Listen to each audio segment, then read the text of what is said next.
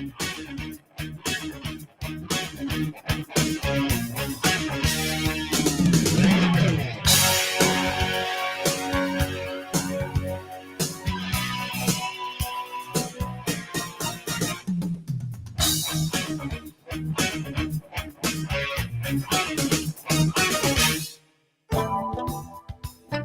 Wells Report returns in 30 seconds.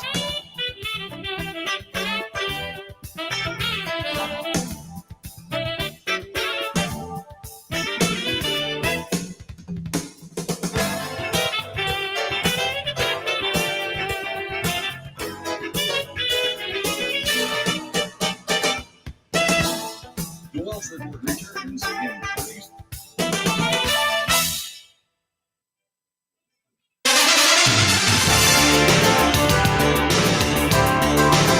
North to south, coast to coast, around the world. This is the Wells Report. Good Monday morning. I'm John David Wells. What do we do on this broadcast? We report the news honestly and fairly. We analyze the news for fact and bias. We point out both. In short, we depropagandize the mainstream media. We make commentary. That's not news. Commentary is opinion, both yours and mine. And so we debate. News, analysis, commentary, and debate. This is the Wells Report. I want to thank you very much for being a part of our broadcast today. And we do what we always do when we first show up on the air. Time now for the front page, a news digest since last broadcast and while we were sleeping. U.S. military in the news as the Secretary of Defense, Lloyd Austin, was hospitalized. The President of the United States didn't know about it for 3 days. This from NBC News. Amid tensions in the Middle East, Defense Secretary Lloyd Austin was hospitalized, including spending 4 days in the intensive care unit. This, according to two senior administration officials. The Defense Department did not inform senior officials in the White House National Security Council of Secretary of Defense Lloyd Austin's hospitalization until last Thursday, 3 days after he arrived at Walter Reed National Military Medical Center. This, according to a U.S. official. Politico first reported the delay. Austin was admitted to the hospital Monday night for complications following a recent elective medical procedure. This, according to Pentagon Press Secretary Major General Pat Ryder in a statement last Friday. Austin released a statement on Saturday taking full responsibility for not disclosing his situation sooner. Quote, "I'm very glad to be on the mend and look forward to returning to the Pentagon soon. I must also understand the media concerns about transparency. I recognize I could have done a better job ensuring the public was appropriately informed. I commit to doing better. But this is important to say," the Secretary of Defense continued. "This was my medical procedure, and I take full responsibility for my decisions about disclosure." Secretary of Defense was hospitalized. This does lead to President Biden campaign implications, or at least so says USA Today.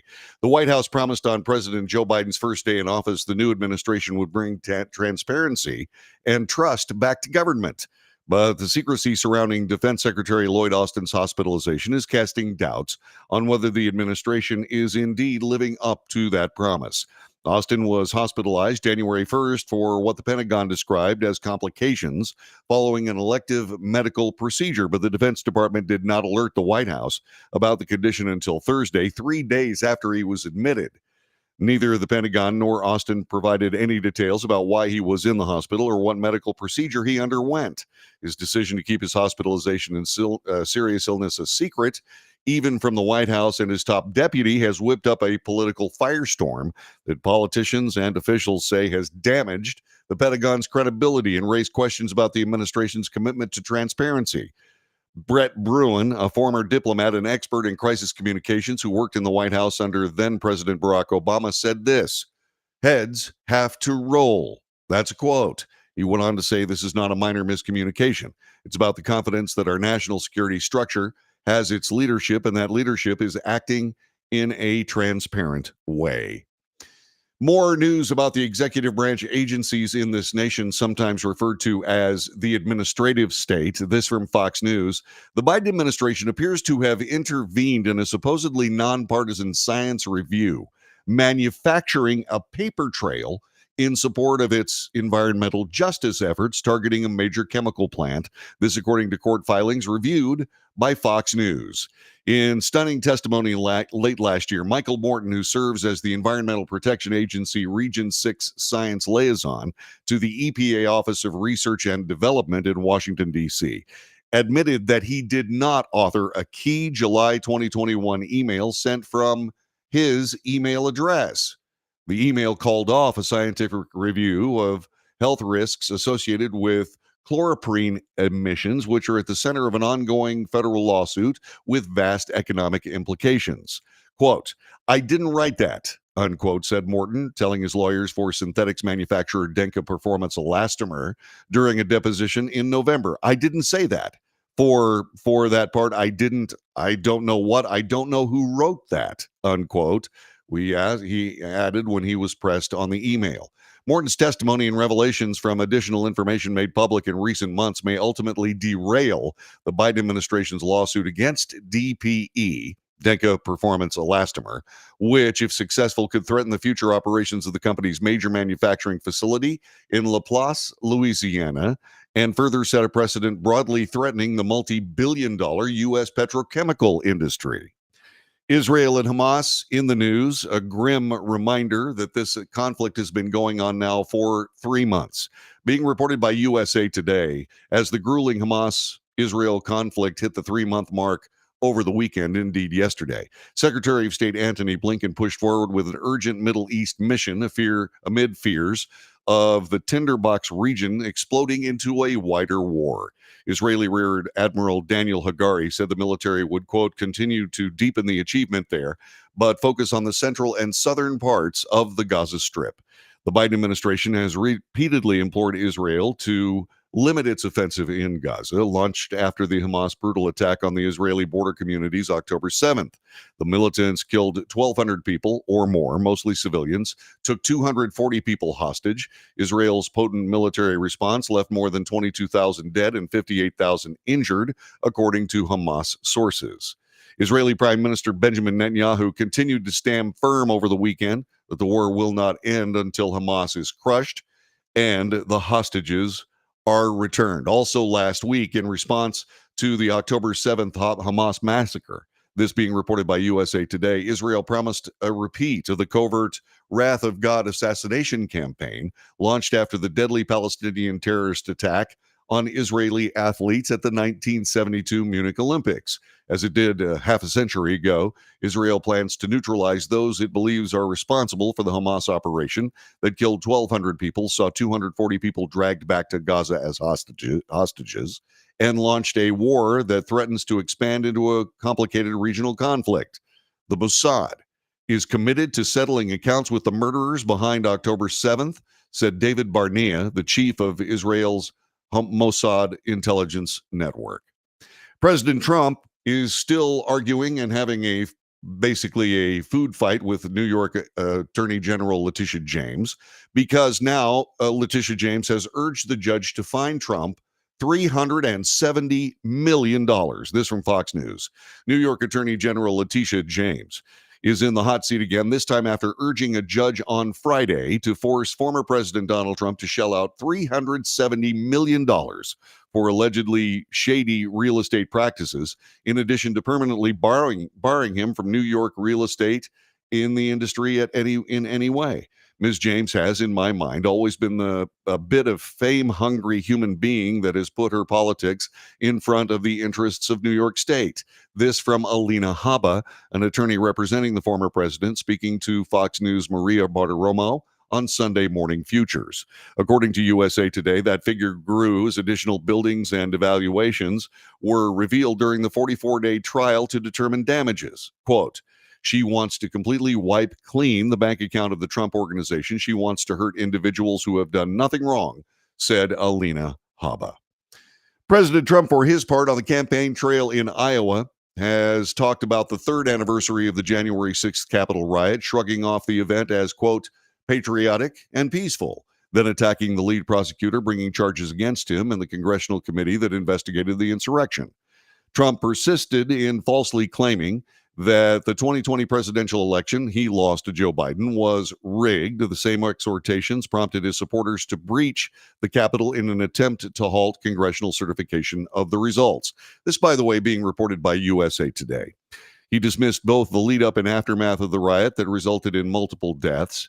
Nobody thought J6 was even a possibility, he told supporters at Des Moines Area Community College in Newton, Iowa, during his remarks at a later campaign stop in Clinton, and that's Clinton, Iowa. That happened Saturday evening. Trump called for the release of those convicted and imprisoned for crimes relating to the riot, describing them as J6 hostages and calling on President Biden to release them. For his part, in the 2024 presidential election, GOP presidential candidate Ron DeSantis responded to rumors he may drop out of the 2024 race should he lose to former President Trump in the Iowa caucuses. Here's what he had to say. These rumors are categorically false, a lie, totally made up. The Florida governor added that he believes the rumor was created to get people to not show up and vote. A December poll from NBC News Des Moines Register Mediacom found that Trump holds a commanding lead with 51% of likely Republican caucus goers, saying their first choice is the former 45th president. DeSantis was in second place at 19%, followed by Nikki Haley at 16%.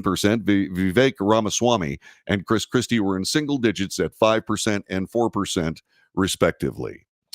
Out of aviation news, the missing part of the Alaska Airlines 737 MAX airplane has been found in Portland, Oregon. This from CNN. Federal officials examining the horrifying mid-flight blowout of a section of an Alaska Airlines fuselage said Sunday the lost piece had been found, a key element in the investigation of what happened during the plane's explosive decompression.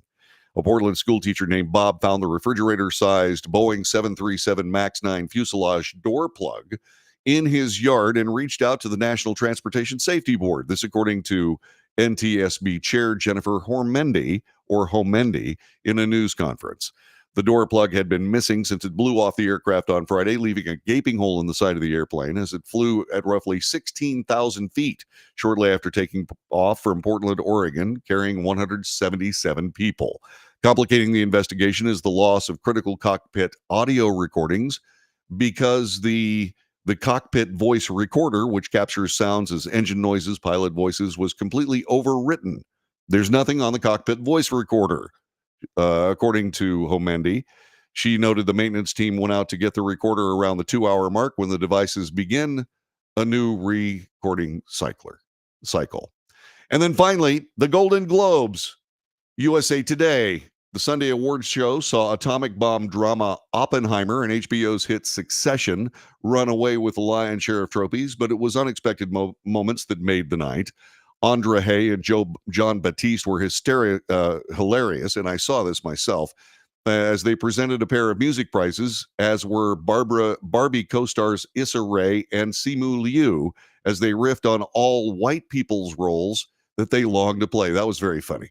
Succession star Kieran Culkin jokingly told Pedro Pascal during his acceptance speech he won the trophy, but Pedro Pascal did not. And Kieran Culkin jokingly said, "Suck it," during his acceptance speech, while the Bear actress Ayo Edebiri hyperventilated during her time on stage, apologizing to all the people she forgot to thank. Quote, "Unless you were mean or something."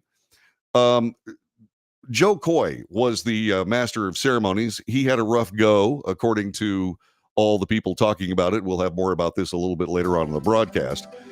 During his opening monologue, he had some off-color jokes about Barbie, a plastic doll with big boobies, and the color purple, what happens to your butt when you take Ozempic.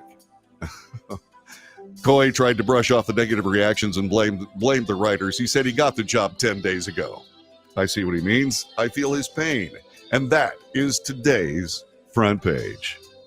Hey, good morning. Welcome. Thanks for joining us. Our telephone number is 817-379-2172. 817-379-2172. Jesse says, good Monday morning. Thanks, Jess. Appreciate it. Good to see you first thing in the morning. If you want to get in touch with us, please do, by the way. It's always great when you call us on the telephone at 817-379-2172. That's 817-379-2172. Coming up in just a couple of seconds, more of the news as we continue on this Monday. Back with more in just a moment.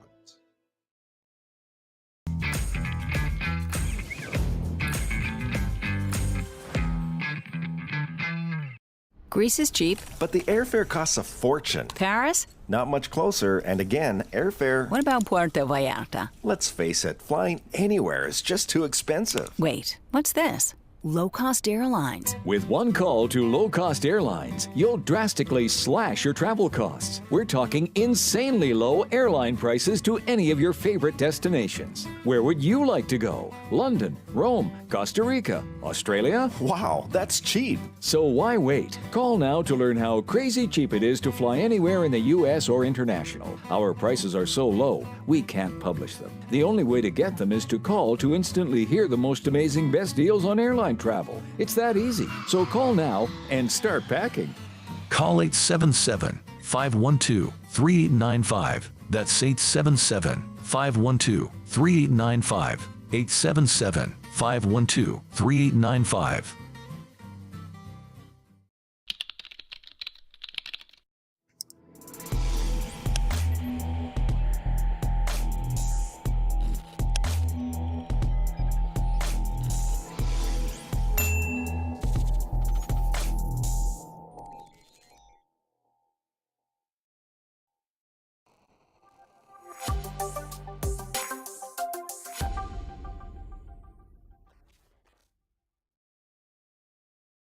If you're living with diabetes and using insulin, you know the pain of pricking your fingers over and over again. By wearing a small device called a continuous glucose monitor, or CGM, you can reduce the pain of pricking your fingers right away. If you use insulin daily, you might be eligible to get your own continuous glucose monitor. So call the US Med Diabetic Health Hotline today and learn about the latest CGM technology. Not only can a CGM immediately reduce pain, it's accurate, easy to use, and helps you make better diabetes treatment decisions. And if you have Medicare or private insurance, you can see if you qualify for a CGM at little or no out-of-pocket cost. We'll also provide free shipping of your new CGM, and we'll bill your insurance company for you. If you use insulin daily, you might be eligible to get your own continuous glucose monitor. So call the US Med Diabetic Health Hotline to see if you qualify for a CGM at little to no out-of-pocket cost. Nobody wants to get ripped off, broken into, or robbed, but nobody wants to pay a lot of money to have their home protected either. I've got an offer to tell you about to provide home security for your home for less than $1 a day. For real, with no installation or equipment charges. And this is from a company rated #1 by a leading consumer research company. According to the facts, most of you won't even call unless there's a burglary in your neighborhood or something bad happened. So let's give you a reason. Save money. For less than $1 a day with no other costs, you can get your home secured. Plus, get a lifetime equipment replacement warranty. You need protection for your home. Call the Home Security Hotline right now. Get your home secured for less than $1 a day, and every caller today immediately qualifies for free installation. Call now. Call 877-275-0973. 877-275-0973. That's 877-275-0973.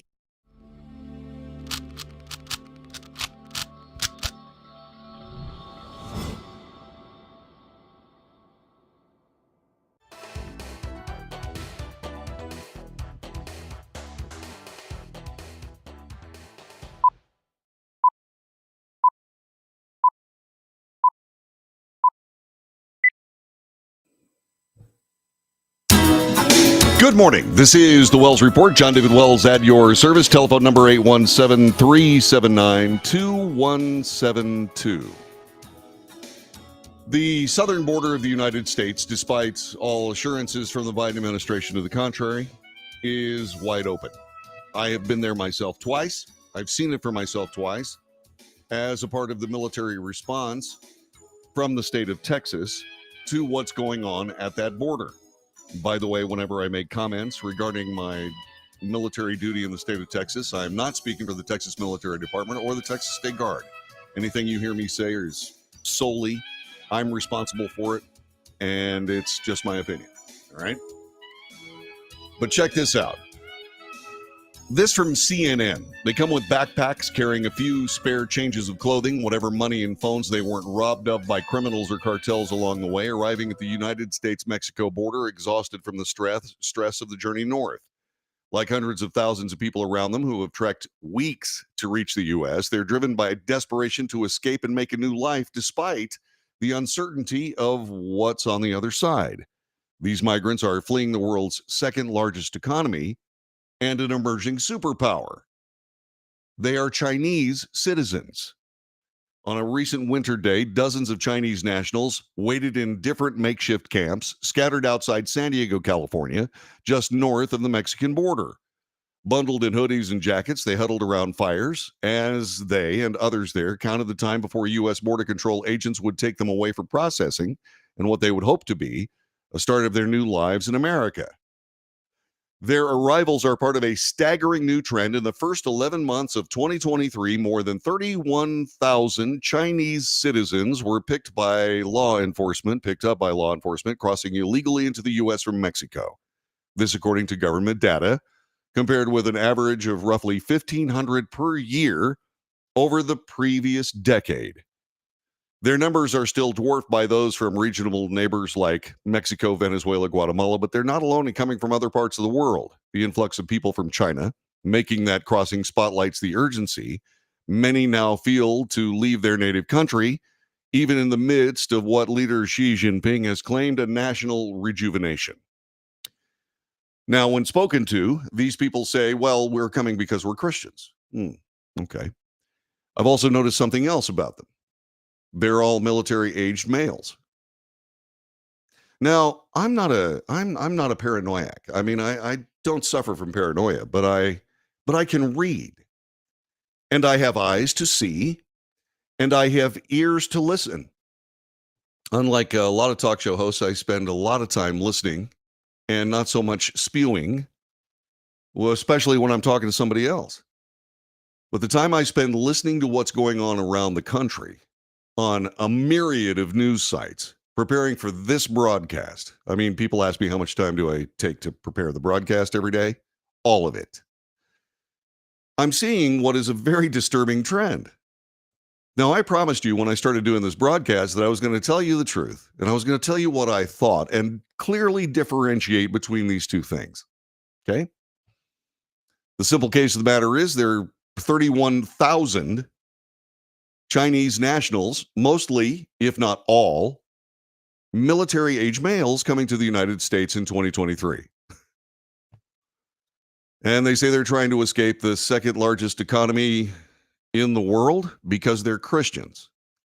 You know, I'm not exactly sure what's going on here, but I am absolutely sure that we have seen various collections of people bring civil unrest to this nation for political effect. Haven't you? Do you think that maybe all these people coming to the United States, and again, not just the Chinese nationals we're talking about here, but others, all national, they're all military-age males without families, you think there might be a problem? Like I'm saying, my job is to tell you when the twister's coming. I'm just telling you based on what I'm seeing and my experience on that border. What do? We think long and hard coming up to the 2024 election. That's what we do. This is the Wells Report. Thanks very much for being a part of the broadcast. Coming up more on the Lloyd Austin thing. The Secretary of Defense disappears and nobody knows about it.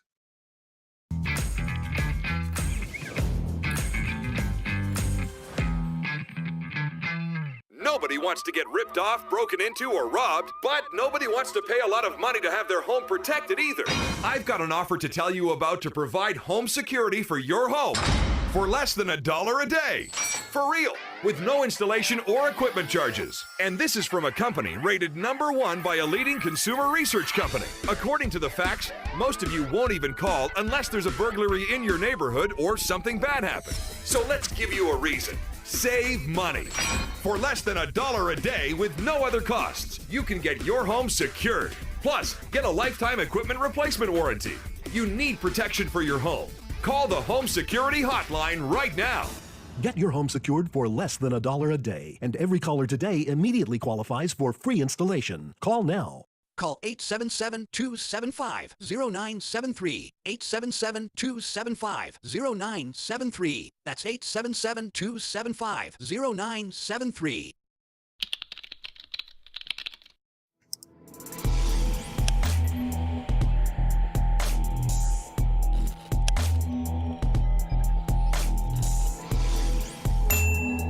If you're living with diabetes and using insulin, you know the pain of pricking your fingers over and over again. By wearing a small device called a continuous glucose monitor, or CGM, you can reduce the pain of pricking your fingers right away. If you use insulin daily, you might be eligible to get your own continuous glucose monitor. So call the US Med Diabetic Health Hotline today and learn about the latest CGM technology. Not only can a CGM immediately reduce pain, it's accurate, easy to use, and helps you make better diabetes treatment decisions. And if you have Medicare or private insurance, you can see if you qualify for a CGM at little or no out-of-pocket cost. We'll also provide free shipping of your new CGM, and we'll bill your insurance company for you. If you use insulin daily, you might be eligible to get your own continuous glucose monitor. So call the US Med Diabetic Health Hotline to see if you qualify for a CGM at little to no out-of-pocket cost. How would you like to get high-speed internet for your home for less than $2 a day? That's right, for about $50 a month, you'll get lightning fast internet. Are you paying less than $50 a month right now for your internet? Then call Whole Home Connect right now for blazing fast internet at $50 a month with no price increases, no hidden fees, no contracts, no equipment fees. It's a great deal. And guess what? You can try it for 15 days. If you don't like it, you get your money back, but you're gonna love it, and you're gonna love the price. Internet for your home for $50 a month. That's less than $2 a day. Plus, no contracts, no equipment fees, and our 15-day guarantee. Call now. Call 866-245-6155. That's 866-245-6155. Again, 866-245-6155. 866-245-6155.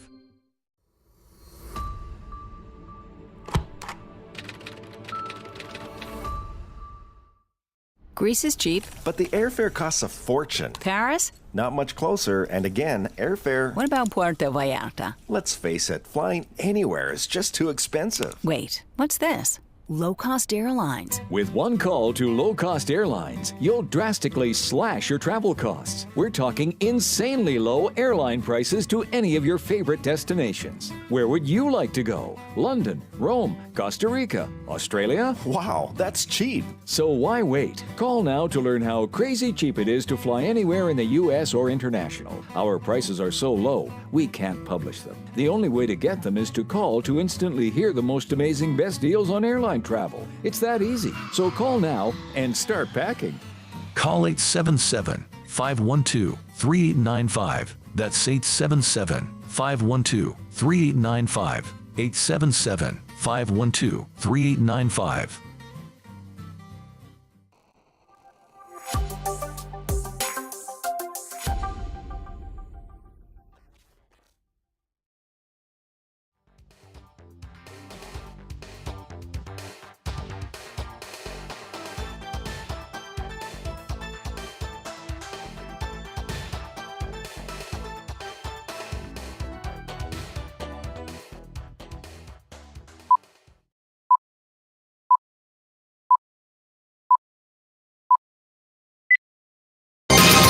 Good morning. This is the Wells Report. Our telephone number 817-379-2172. What can you expect out of this broadcast?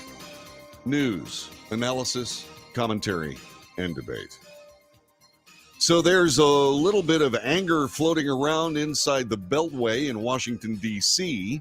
This has to do with the Secretary of Defense, Lloyd Austin. He had an elective medical procedure over the holidays, and then on Monday was hurting so badly he had to go back to the hospital. He spent the next 3 days in ICU.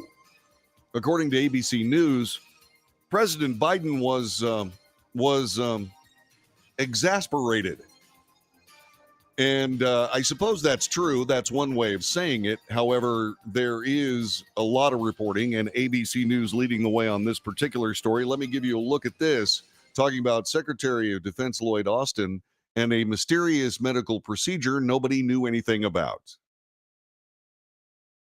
Tonight, the extraordinary breach of protocol after top Pentagon officials, members of Congress, and even the White House were all unaware of Defense Secretary Lloyd Austin's hospitalization this week. A Pentagon official telling ABC News tonight that while on leave on December 22nd, Austin had what was described as a minor elective procedure at Walter Reed National Military Medical Center, returning home the next day. More than a week later, after experiencing severe pain, he was admitted to the ICU on New Year's Day. Still, it was not until Thursday, 3 days later, officials say, that the White House was informed. A U.S. official telling ABC News President Biden was exasperated after learning about Austin's lack of transparency.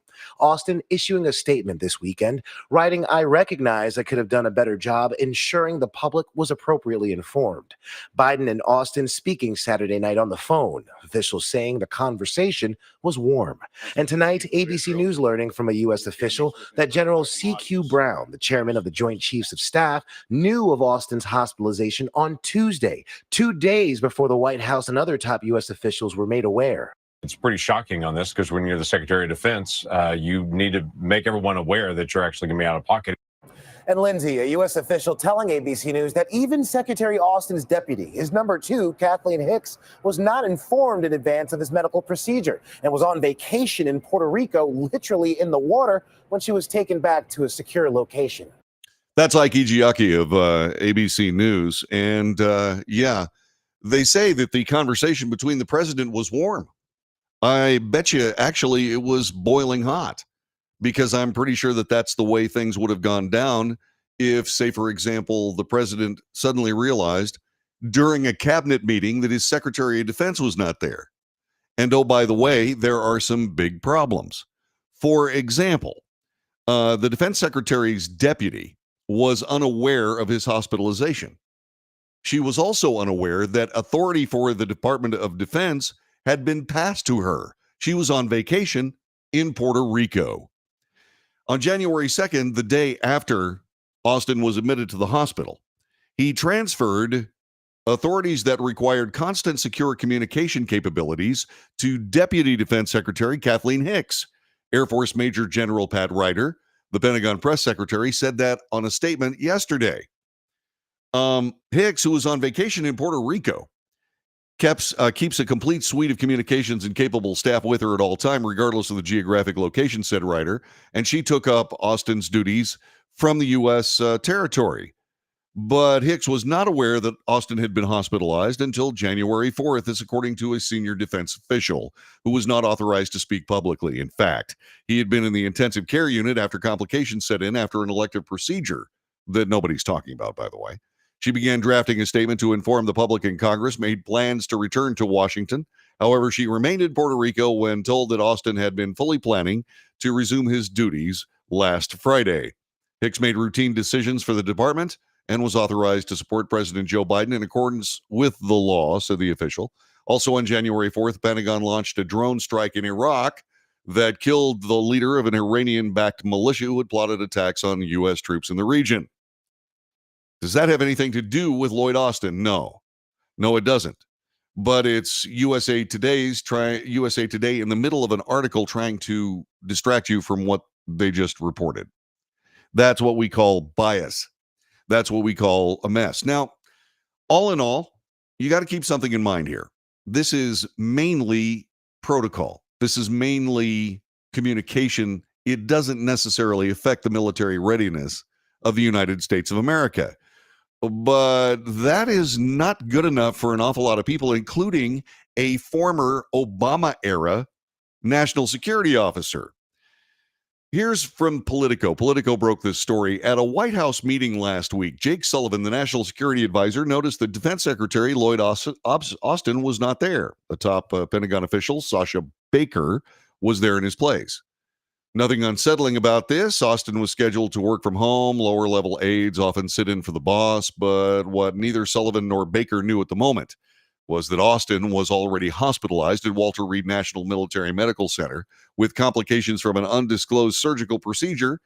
And yeah, he was in the intensive care unit. Days later, the secret hospitalization spiraled into a drama engulfing the upper echelons of the Biden administration.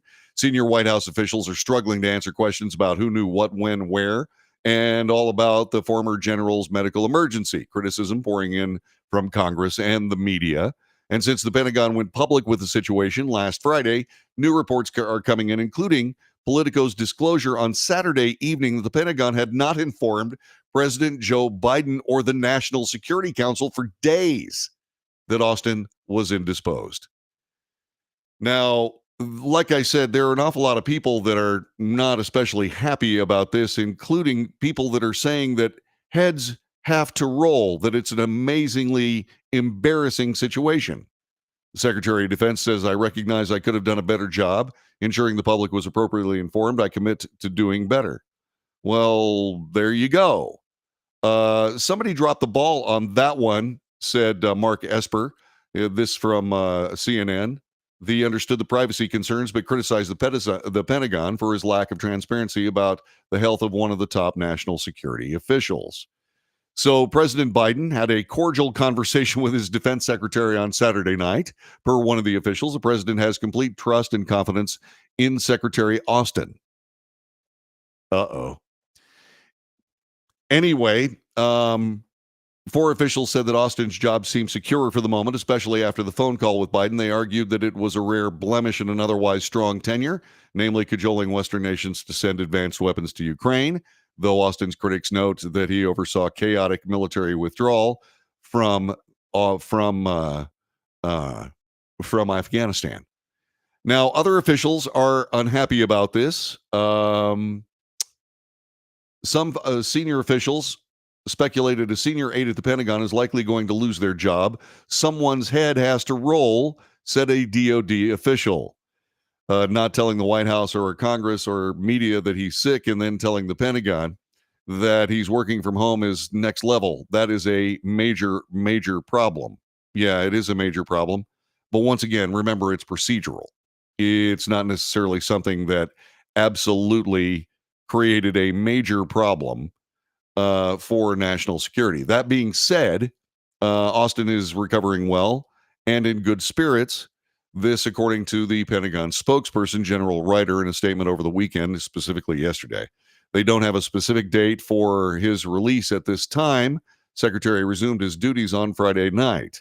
While the White House was in the dark for days, according to officials, General C.Q. Brown, the chairman of the Joint Chiefs of Staff, knew all about it 2 days before the president did. Oops. The Pentagon, led by Austin, is currently embroiled in several major international issues, including tensions in the Middle East related to the Israeli-Hamas war, which the U.S. is deploying in increased military assets to the region, on and on and on. Now, there are people, there are generals, that will leap to the defense of their fellow generals. And one of them did so, and his name, I believe, is Lieutenant General Heitziger, and he was in a situation where he spoke on CNN about this very issue. Let me give you a look at that report here on the Wells Report, courtesy of CNN. I don't know what the issue is with Secretary Austin. And by the way, he's an old guy like me, and in fact, we're friends and we're West Point classmates, so I know Lloyd very well. But only that this procedure was reported as an elective surgery that later had complications. Having worked in the medical field since I retired, that's not unusual. It was probably an elective surgery that he waited to get done during the holidays when no one knew it was going to happen, that became more serious than expected. Should he or his staff have notified the NSC or the White House? Sure. You always notify your boss if you're hospitalized for something. And we don't know what occurred that didn't allow that to happen. But DOD specifically is prevented from talking about the medical issues of any of their personnel, including the SecDef, due to privacy issues and HIPAA requirements, which require specific privacy and healthcare disclosures. You know, while Secretary Austin said he'll try and do better in the press releases, he also said, and I'll emphasize this this was his personal medical issue, and he took full responsibility for disclosures decision. So I admire him greatly for that. He has, in terms of the war going on, he has multiple deputies he trusts to continue the actions of the department while he is away. The problem with all that, by the way, it's Hertling, General Hertling. The problem with that is he's reading. If you happen to go to CNN, their website, and look up this particular report again, he's reading. He's going across the page just like this. And I'm sitting there going, who wrote that stuff for him? Now, don't get me wrong. Generals are special people. They are incredibly talented. They know much more than you and I will ever know about things that none of us even think about, but they live in all the time, whether they're retired or not. Generals are amazing people. But this is a very careful handling of this particular story, and I have to reinforce a couple of things here. Thing number one, national security never at issue here. Okay, that's not an issue. Thing number two, this is basically Beltway centric.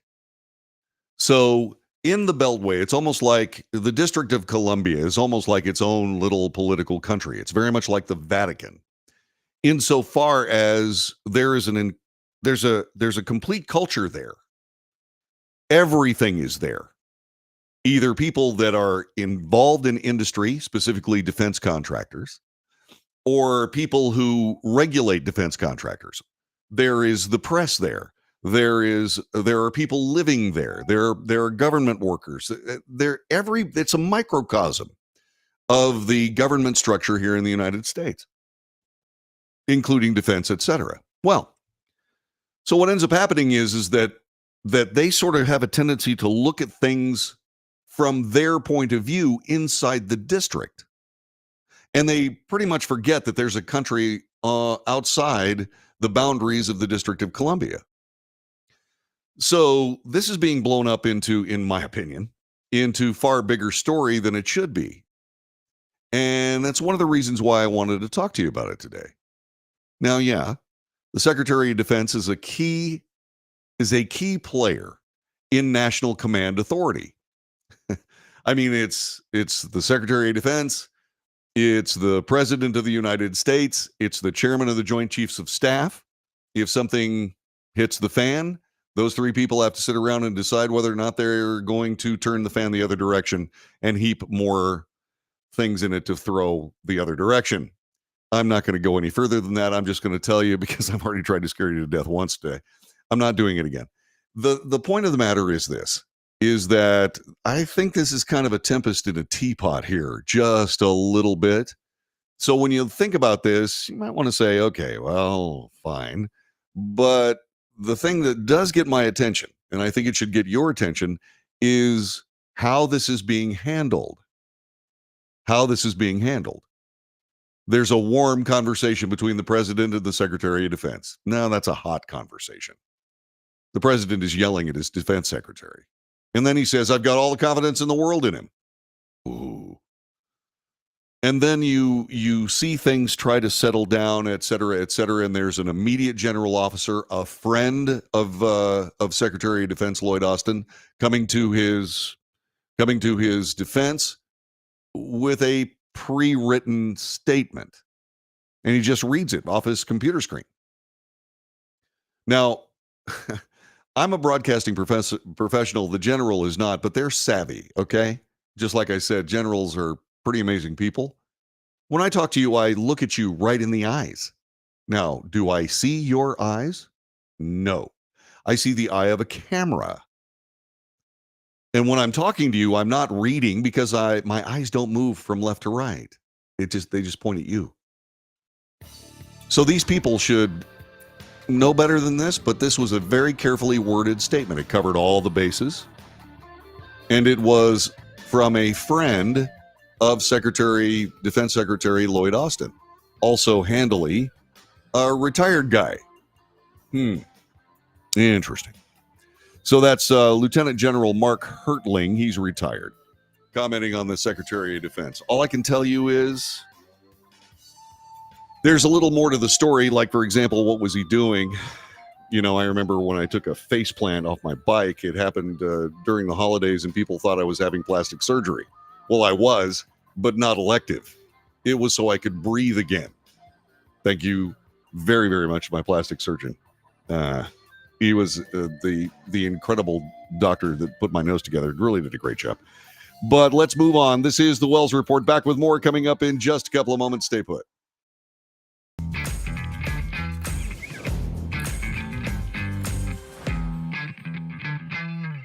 Greece is cheap. But the airfare costs a fortune. Paris? Not much closer, and again, airfare... What about Puerto Vallarta? Let's face it, flying anywhere is just too expensive. Wait, what's this?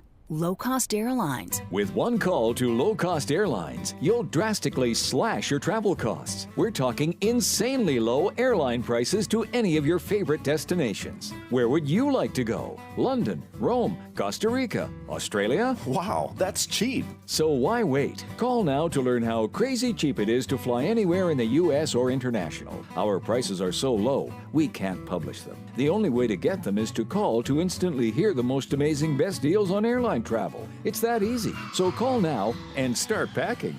Call 877-512-3895. That's 877-512-3895. 877-512-3895.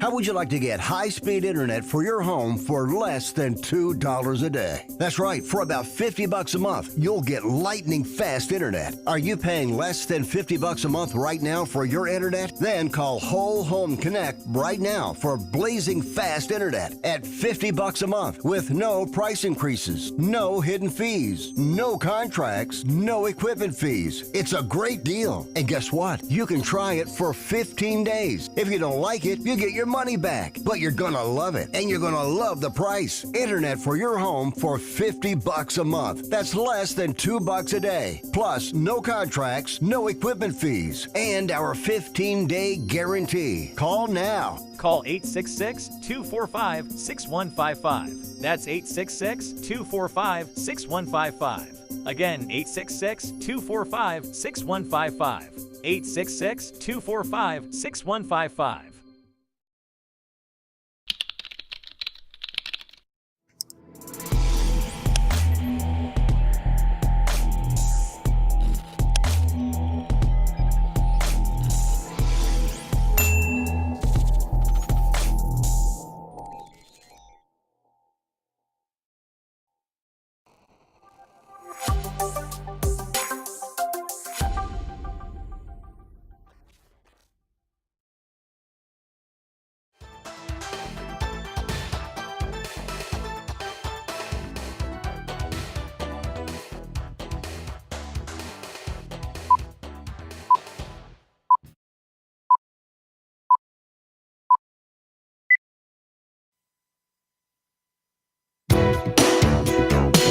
Yvonne loves my shirt. This is the Wells Report. Somebody's calling me, and because I'm talking to you, I just don't have time. Welcome to the Wells Report for Monday. This is the 8th day of January, year of our Lord 2024.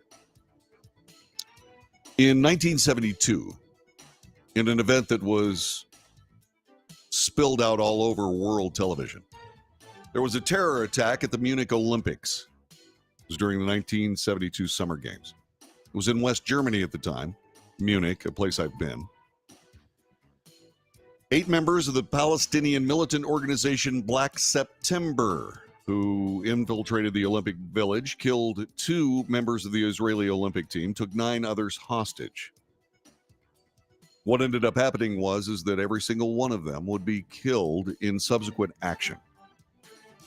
There were 3 survivors. By the way, in case you're wondering, West German neo-Nazis gave the Palestinians assistance, logistical assistance in this, because it's tough at the time to go into West Germany. Remember, there was no European Union. So West Germany was a country in and of itself, and you just don't cross borders with weapons in Europe, and you certainly don't do that at the time. So these neo-Nazis in Germany provided them with weapons, grenades, etc. So, like I said, there were three people that were survivors: Adnan Al-Ghashi, Jamal Al-Ghashi, and Mohammed Safadi. They were arrested, but then they were released about a month later because of a Palestinian airline hijacking and the subsequent exchange of prisoners, etc. That, by the way, was Lufthansa Flight 615. They wanted people released by the Red Army, from the Red Army faction, Bader Meinhof, and all of those, in Black September. All of those Palestinian terror groups from the 70s, 60 years ago. The Mossad decided that they were going to do something about it. They came up with something called Operation Wrath of God. It was an assassination campaign. And they went out into the world, found the people responsible for the 1972 Munich Olympic Games massacre, and put them away. So Israel is now promising a repeat of the covert Wrath of God assassination campaign after deadly terrorist attacks on Israeli athletes in 1972, and as it did a half century ago, Israel plans to neutralize those it believes are responsible for the Hamas operation that killed over 1,200 people, saw 240 people dragged back to Gaza as hostages, and launched a war that threatens to expand into a complicated regional conflict. The Mossad is committed to settling accounts with the murderers behind the October 7th attack. This according to David Barnea. He is the chief of Israel's Mossad intelligence agency. Barnea disclosed the existence of a new effort during his eulogy Wednesday for Zavi Zamir, the Mossad leader who oversaw the early years of the post-Munich campaign. It will take time, as it took time after the Munich massacre, Barnea said. But we will put our hands on them wherever they are. USA Today reports there are differences between the current campaign and the earlier one, which inspired the 2005 Steven Spielberg film Munich, and a raft of books and other insider accounts and investigative reports. The Munich attack, for one thing, was smaller. 8 armed operatives from Black September infiltrated the Olympic Village, killed 2 members of the Olympic team from Israel, took 9 others hostage, all killed on an airport tarmac during a botched German police rescue attempt. The Hamas siege, by comparison, involved more than 1,000 operatives who penetrated Israel's air, land, and sea defenses to commit the deadliest terror attack in Israel's 75-year history. Hamas itself is orders of magnitude larger than Black September, a militant faction of the Palestinian organization Fatah. Do these names seem familiar? It's supported and financed by 2 of the most powerful entities in the Middle East, Hezbollah and Iran's Islamic Revolutionary Guard Corps. Also, while Barnea broadcast Israel's intentions publicly, the 1972 campaign was established in secret. The speculation quickly spread with each news report of the latest exploding telephone or mattress. The goal of both campaigns and the reasoning behind them is strikingly similar, Israel and U.S. counterterrorism and legal experts telling USA Today.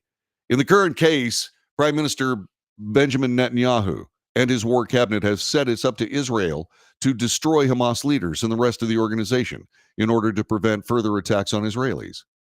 Then Prime Minister Golda Meir cited similar concerns in 1972, especially after Germany's rescue attempt failed spectacularly on live TV. Also, soon after, the Berlin government freed 3 surviving Black September attackers after the group hijacked a plane and demanded their release. Meir concluded that Israel and Israel alone had to step up and meet the threat head on. She said this, or actually, Avi Melamed, a former Israeli intelligence official, said, quote, "It's not about revenge necessarily. It's about creating an interceptive sort of action. It's something that applies to terror organizations everywhere. That when they are free to do whatever they are planning, it's bad news because it means that many people will pay with their lives. And we know based on an accumulated experience of many years, once you're hunting down those people, and they're mostly busy trying to save their skins, they're less likely available to deal with planning, executing, and coordinating other terror attacks. It's basically mutually assured destruction. If indeed you destroy us, the Mossad will destroy you back. It isn't about revenge. It's about removing people that want to kill your countrymen. At least that's what I think. How about you? 817-379-2172. 817-379-2172. This is the Wells Report. We'll be back with hour number 2 next.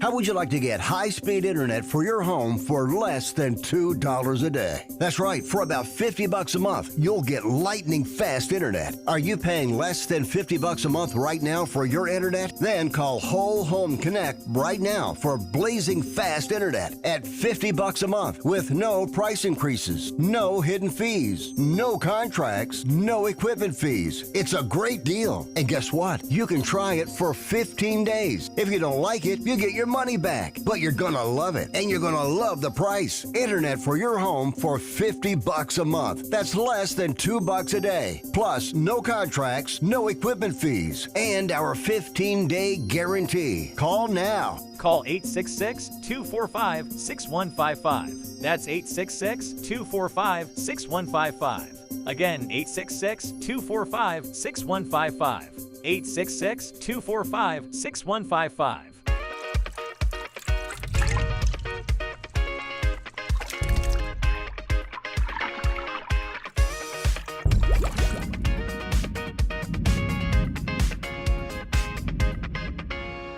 Nobody wants to get ripped off, broken into, or robbed, but nobody wants to pay a lot of money to have their home protected either. I've got an offer to tell you about to provide home security for your home for less than $1 a day. For real, with no installation or equipment charges. And this is from a company rated #1 by a leading consumer research company. According to the facts, most of you won't even call unless there's a burglary in your neighborhood or something bad happened. So let's give you a reason. Save money. For less than $1 a day with no other costs, you can get your home secured. Plus, get a lifetime equipment replacement warranty. You need protection for your home. Call the Home Security Hotline right now. Get your home secured for less than $1 a day, and every caller today immediately qualifies for free installation. Call now. Call 877-275-0973. 877-275-0973. That's 877-275-0973.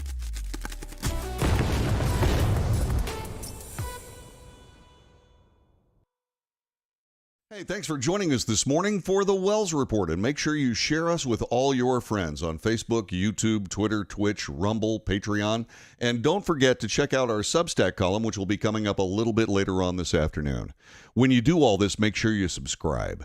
Make sure you give us those thumbs up. They are really important. Check the notification box so you know when we're on the air, and whatever you do, join us every morning, Monday through Friday, 9 to 11 a.m. Central Time, for the Wells Report.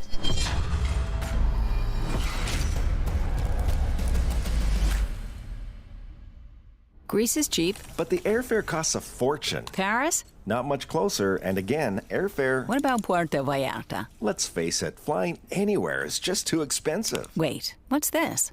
Low-cost airlines. With one call to low-cost airlines, you'll drastically slash your travel costs. We're talking insanely low airline prices to any of your favorite destinations. Where would you like to go? London, Rome, Costa Rica, Australia? Wow, that's cheap. So why wait? Call now to learn how crazy cheap it is to fly anywhere in the U.S. or international. Our prices are so low, we can't publish them. The only way to get them is to call to instantly hear the most amazing best deals on airline travel. It's that easy. So call now and start packing.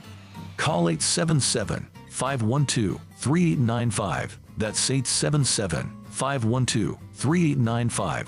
877-512-3895.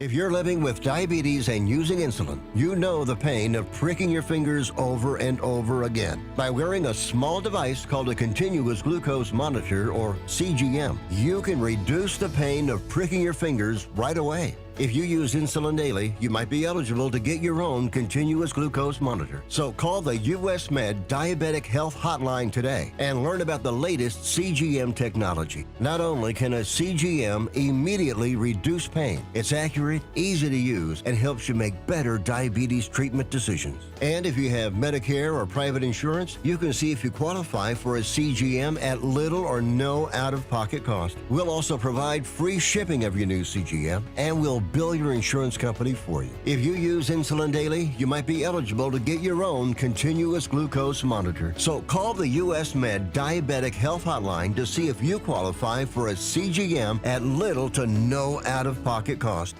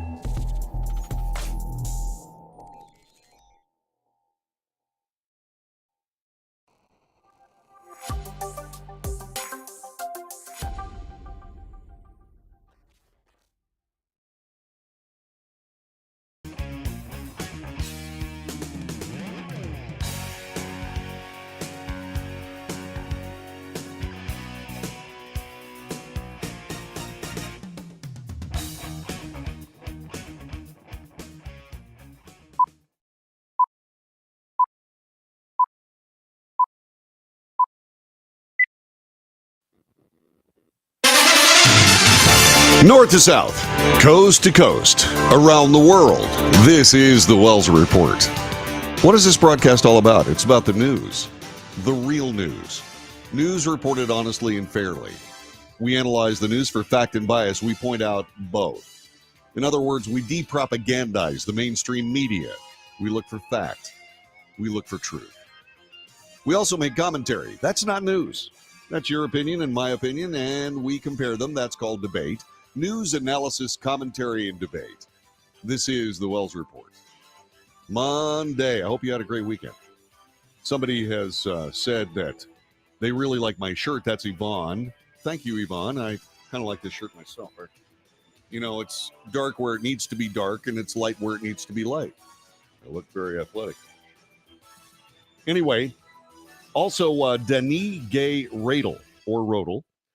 She said, welcome back, JD. Happy New Year. It's good to see Denis back again, and I hope you're still with us. Steve Zimmerman, one of my brothers from the Texas State Guard, now living in Wisconsin. Holy God, walleye on a stick. He's watching the show in Wisconsin today. He's a medical professional up there. I want to thank them very much for joining us, along with Anhoy Guzman. And let's see what else. Ann points out that the Secretary of Defense's fill-in did not come back from Puerto Rico from vacation. No. Well, there you go. I mean, you know, they talked a little bit about the transparency aspect of this. We reported this last hour. They talked about the transparency aspect of this, saying the Biden administration is going to be totally transparent. Well, it's anything but transparent. But that being said, what's fascinating to me is they also said that the adults are going to be back in the room. We're going to get back to a professional presidency. Yeah. Well, you mean the president didn't know the Secretary of Defense was out of action in ICU? The president didn't know? You mean the chairman of the Joint Chiefs of Staff knew all about it but didn't tell the president? Oops. There's a thing called a chain of command. You don't blindside your leaders. You just don't do that. Unless, of course, you were planning on having a lot more time to be with your family in any way. But so far, by golly, President Biden has all the confidence in the world in Secretary of Defense Lloyd Austin. And like I said, that's kind of a tempest in a teapot. This is all a critical mass inside the Beltway. Make no mistake, there are political, critical masses elsewhere, like in Iowa, for example. And what's strange, that criticality seems to intensify whenever President Trump is anywhere in the United States. There seems to be a critical mass that follows him. It's called a huge number of voters. So out of Sioux Center, Iowa, I think that's Sioux City, Iowa, Former President Donald Trump was kicking off a rally in northwest Iowa. He did that last Friday, and he started by sending his support and deepest sympathies to the families and victims touched by the terrible school shooting in Perry, Iowa. Quote, "To the entire community, we love you, we pray for you, and we ask God to heal and comfort really the whole state." This by former President Trump in a Get Out the Vote rally. "We're really with you as much as anybody can be. It's a very terrible thing that happened. It's just terrible. It's just horrible. It's so surprising to see it here." And then the former president said, "But we have to get over it. We have to move forward." To all the relatives and all the people who are devastated right now to the point they can't breathe, they can't live, we are with you all the way. That statement was very clear, except for one part of it. "But we have to get over it," he said. "We have to move forward." True. But guess what part of that statement was in the headline on USA Today? Right. Donald Trump says we have to get over it after the school shootings in Iowa pivots to attack on rivals. In other words, the president makes a very heartfelt, beautiful statement to the people that are recoiling in horror after the loss of their child, the wounding of 5 others, and the wounding of the principal in the school. These people are recoiling in horror, and the president makes a very good statement, but the mainstream media, specifically USA Today, reports, "But we have to get over it." Was that something the president should have said? I don't think so. But Donald Trump is a pragmatic, straightforward guy. I'm not apologizing for him. I'm just pointing it out. These are my observations. We look for truth here. But the truth of this particular story is that USA Today saw fit to immediately put it in their headline that President Donald Trump was kind of callous about it. That was the meaning that I discerned from that. The president was not finished. He had other things to say. Former President Donald Trump campaigned in Iowa on the 3rd anniversary of the January 6th Capitol riot, shrugging off the event as patriotic and peaceful. Then attacking the lead prosecutor, bringing charges against him and the congressional committee that investigated the insurrection. Trump persisted. Now, this is more bias here. Listen to this. Trump persisted in falsely claiming the 2020 presidential election he lost to Joe Biden was rigged. The same exhortations that prompted his supporters to breach the Capitol in an attempt to halt congressional certification of the results, and he dismissed both the lead up and the aftermath of the riots that resulted in multiple deaths. There's so much wrong with that paragraph. It's certainly not journalism. It's barely an editorial piece.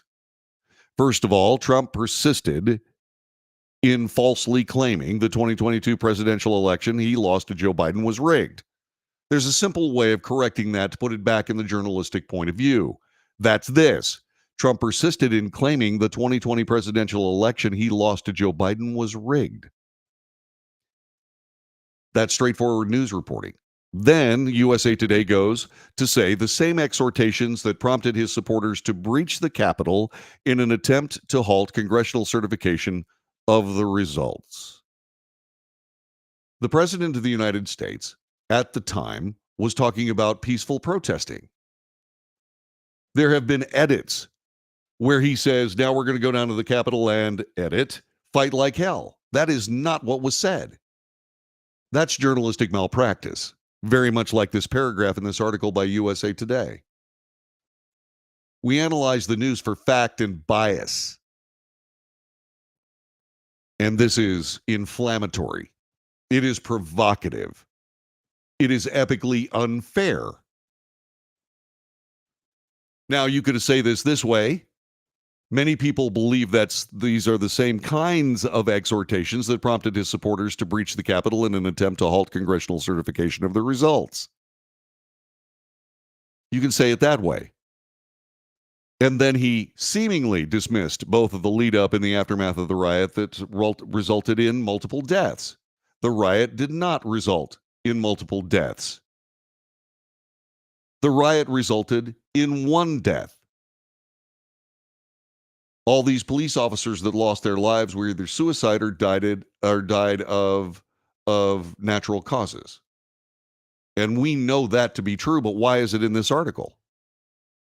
And so, because I have a tendency to be truthful and name names, because when I get something wrong, people are truthful and name names, specifically mine, not that it happens very often. Galen Barsharier, or Barchalet, or Barcharier. He's the guy that's writing this. Well, he's an anti-Trump hood. He's editorializing as a disguise of he's using journalism as a disguise for his editorialism. It's ridiculous. Later, speaking about policies in the U.S. southern border, the president evoked the term insurrection to reference illegals crossing the U.S.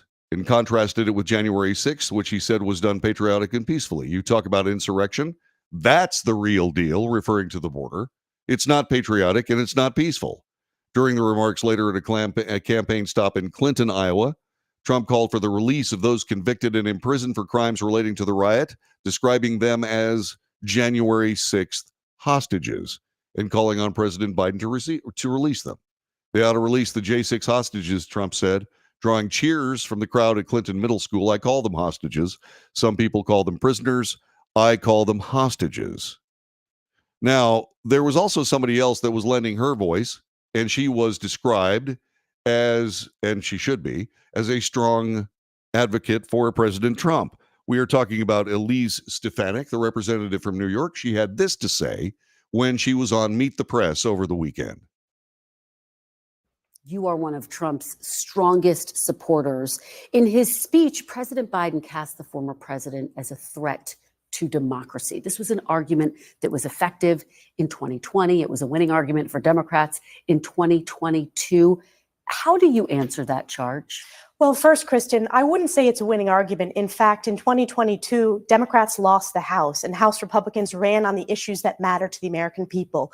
We ran on securing the border. We ran on addressing the historic inflation, which the American people know is a result of Joe Biden's failed policies and the trillions of dollars of reckless spending.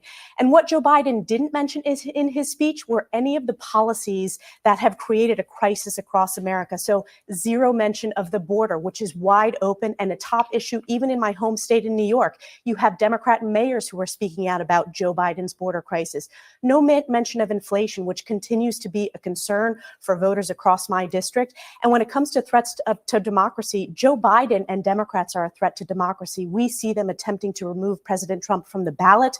We saw this in Colorado and Maine. That is a suppression of the American people and the American people's ability to cast their ballots this November. So it's Democrats that are a threat to democracy. We should note, of course, there's no evidence that President Biden is in any way coordinating with the Justice Department in terms of the indictments against former President Trump. But staying on this issue of January 6th, because of course, Mr. Trump was talking about this as well. This weekend, we did mark the 3-year anniversary. And I want to pause for a minute and play some of the comments that you made on the evening of that day. Let's take a look. This has been a truly tragic day for America. Americans will always have the freedom of speech and the constitutional right to protest, but violence in any form is absolutely unacceptable. It is anti-American and must be prosecuted to the fullest extent of the law. In terms of what we're hearing today, former President Trump has referred to January 6th as a, quote, beautiful day.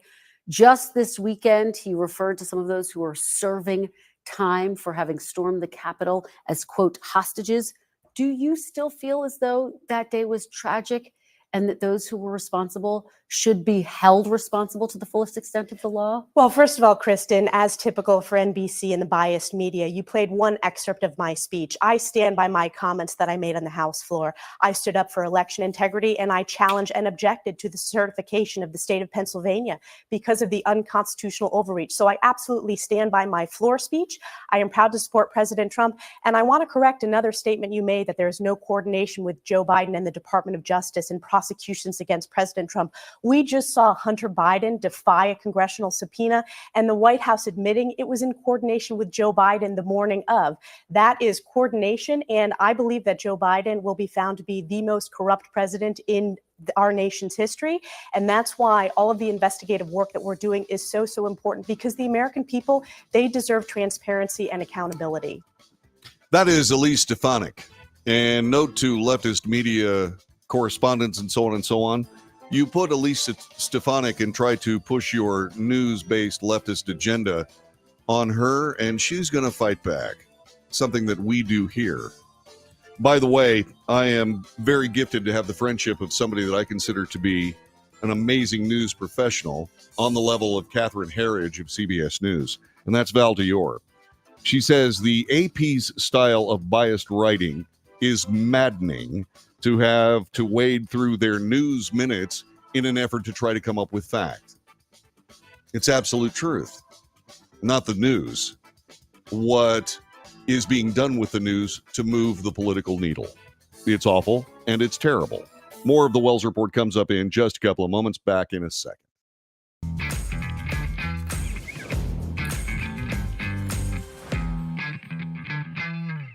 Greece is cheap. But the airfare costs a fortune. Paris? Not much closer, and again, airfare... What about Puerto Vallarta? Let's face it, flying anywhere is just too expensive. Wait, what's this? Low-cost airlines. With one call to low-cost airlines, you'll drastically slash your travel costs. We're talking insanely low airline prices to any of your favorite destinations. Where would you like to go? London, Rome, Costa Rica, Australia? Wow, that's cheap. So why wait? Call now to learn how crazy cheap it is to fly anywhere in the U.S. or international. Our prices are so low, we can't publish them. The only way to get them is to call to instantly hear the most amazing best deals on airline travel. It's that easy. So call now and start packing.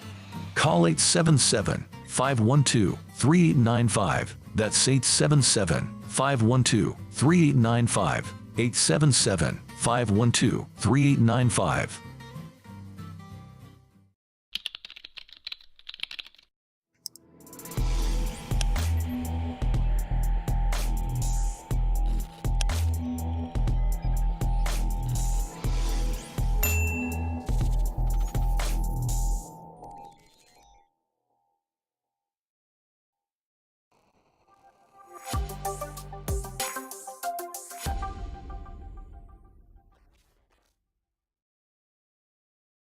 If you're living with diabetes and using insulin, you know the pain of pricking your fingers over and over again. By wearing a small device called a continuous glucose monitor, or CGM, you can reduce the pain of pricking your fingers right away. If you use insulin daily, you might be eligible to get your own continuous glucose monitor. So call the US Med Diabetic Health Hotline today and learn about the latest CGM technology. Not only can a CGM immediately reduce pain, it's accurate, easy to use, and helps you make better diabetes treatment decisions. And if you have Medicare or private insurance, you can see if you qualify for a CGM at little or no out-of-pocket cost. We'll also provide free shipping of your new CGM, and we'll bill your insurance company for you. If you use insulin daily, you might be eligible to get your own continuous glucose monitor. So call the US Med Diabetic Health Hotline to see if you qualify for a CGM at little to no out-of-pocket cost. Nobody wants to get ripped off, broken into, or robbed, but nobody wants to pay a lot of money to have their home protected either. I've got an offer to tell you about to provide home security for your home for less than $1 a day.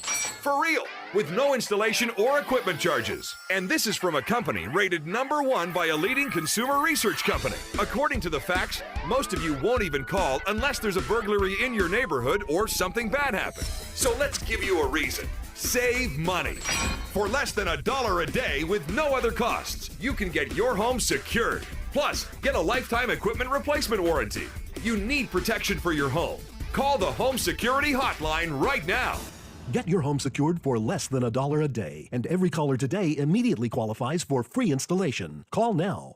Call 877-275-0973. 877-275-0973. That's 877-275-0973.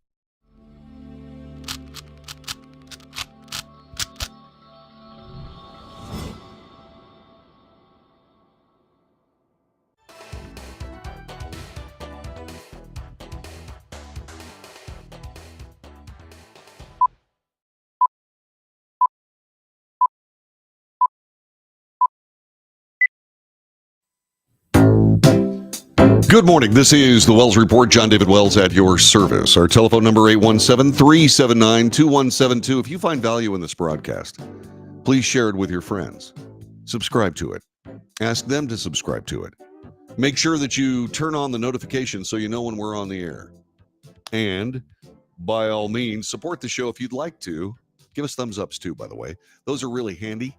They get the attention of the internet service providers and the people that are very, very generous with their bandwidth, specifically Facebook, YouTube, X, Twitch, Rumble, Patreon, and now Instagram. We're now broadcasting live on Instagram. It may have been a little bit rough this morning, but I hope the people on Instagram got to see this and that they find the show worthwhile. You can also go to Patreon, by the way, and you can subscribe there and actually throw us a couple of bucks. There will be opportunities for some of the other web platforms for you to do that. But right now, we're just sneaking up on it. But you go to patreon.com/The Wells Report. And if you'd like to subscribe and give us a couple of bucks a month, that would go a very, very long way to bringing more capability to this broadcast, something that I think is important. So every 4 years, the United States loses its collective mind, led by the media and others, in an effort to sway the presidential election. This, of course, became not just comedy, but degenerate drama, food fighting in 2016, 2020, etc., to the point where people started to get genuinely upset and started to do really dumb things. And that is even more in play now, headed up to 2024. There are dirty tricks that are played in these campaigns. One of them got played on presidential candidate Ron DeSantis. Somebody put out a rumor that he may drop out of the 2024 race should he lose to President Trump in the Iowa caucuses. No. DeSantis told Fox News' Bill Malugin at a town hall event in Grimes, Iowa, the rumors were A, categorically false, B, a lie, C, totally made up. The Florida governor added he believes the rumor was created to get people to not show up and vote. That's not going to happen. People are going to show up and vote all right. A December poll from MNBC Des Moines Register Mediacom found that Trump holds a commanding lead. 51% of Republican Iowa caucus goers are likely to vote for President Trump. DeSantis is in second place with 19%. Whoa, 19%. Yeah, that's is that really 42% lead? Is that? No, it can't be. Hold on.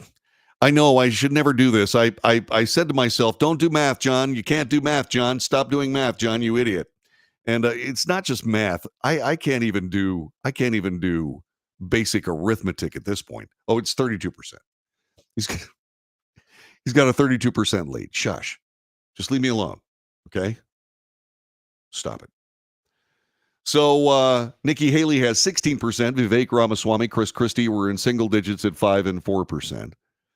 If he performs poorly, I think there are going to be some tough conversations within the campaign. This, according to Fox News' Guy Benson. But look, we always, often in the early days of these primary seasons, see surprises, said Benson on the Big Weekend Show. Now, look, it'd be a big surprise if someone other than Trump wins Iowa, but I think writing anyone off, especially someone who's been at least competitive in that state at this stage, is premature. I would expect that if anybody leaves after Iowa, it's probably going to be Chris Christie, although he may hang out until New Hampshire. It depends on how well or badly he does in Iowa. He's not in that race to be a serious presidential contender. In my belief, Chris Christie is there in case President Trump ever shows up at a debate, because Chris Christie thinks he can take out President Trump at will. I believe that's optimistic, so optimistic to the point of kidding yourself. I almost would like to see it, but it would be bad for the Republican Party and bad for everybody else. The food fight would be awful. This is the Wells Report. Mort Roberts, my K-News buddy. Mort, good to see you. Mort Roberts says, Happy New Year, John David. Happy New Year right back to you, Mr. Morton. Thanks very much for joining us here on the Wells Report. Telephone number 817-379-2172, 817-379-2172. Back with more in just a moment.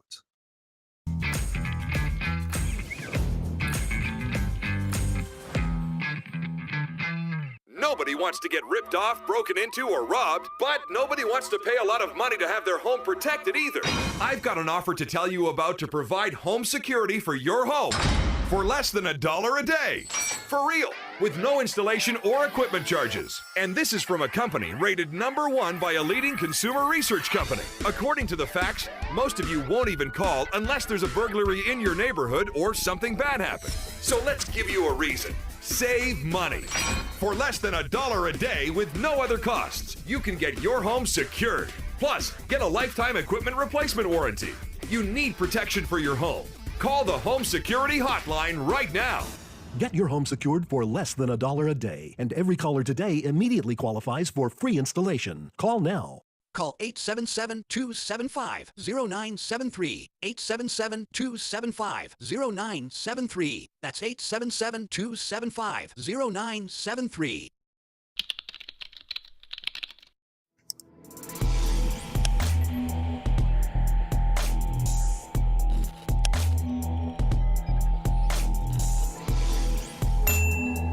If you're living with diabetes and using insulin, you know the pain of pricking your fingers over and over again. By wearing a small device called a continuous glucose monitor, or CGM, you can reduce the pain of pricking your fingers right away. If you use insulin daily, you might be eligible to get your own continuous glucose monitor. So call the US Med Diabetic Health Hotline today and learn about the latest CGM technology. Not only can a CGM immediately reduce pain, it's accurate, easy to use, and helps you make better diabetes treatment decisions. And if you have Medicare or private insurance, you can see if you qualify for a CGM at little or no out-of-pocket cost. We'll also provide free shipping of your new CGM, and we'll bill your insurance company for you. If you use insulin daily, you might be eligible to get your own continuous glucose monitor. So call the US Med Diabetic Health Hotline to see if you qualify for a CGM at little to no out-of-pocket cost.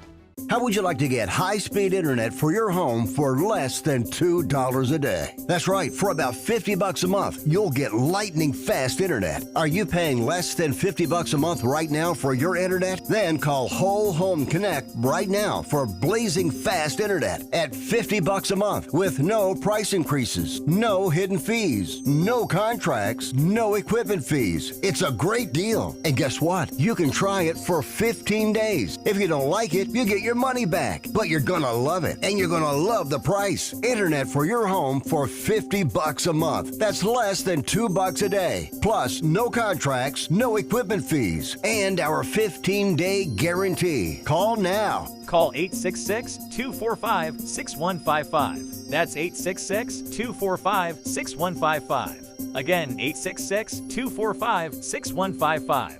866-245-6155.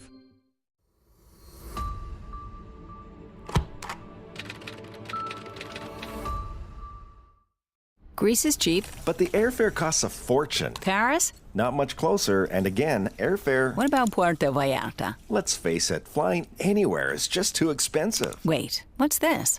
Low-cost airlines. With one call to low-cost airlines, you'll drastically slash your travel costs. We're talking insanely low airline prices to any of your favorite destinations. Where would you like to go? London, Rome, Costa Rica, Australia? Wow, that's cheap. So why wait? Call now to learn how crazy cheap it is to fly anywhere in the U.S. or international. Our prices are so low, we can't publish them. The only way to get them is to call to instantly hear the most amazing best deals on airline travel. It's that easy. So call now and start packing. Call 877-512-3895. That's 877-512-3895. 877-512-3895.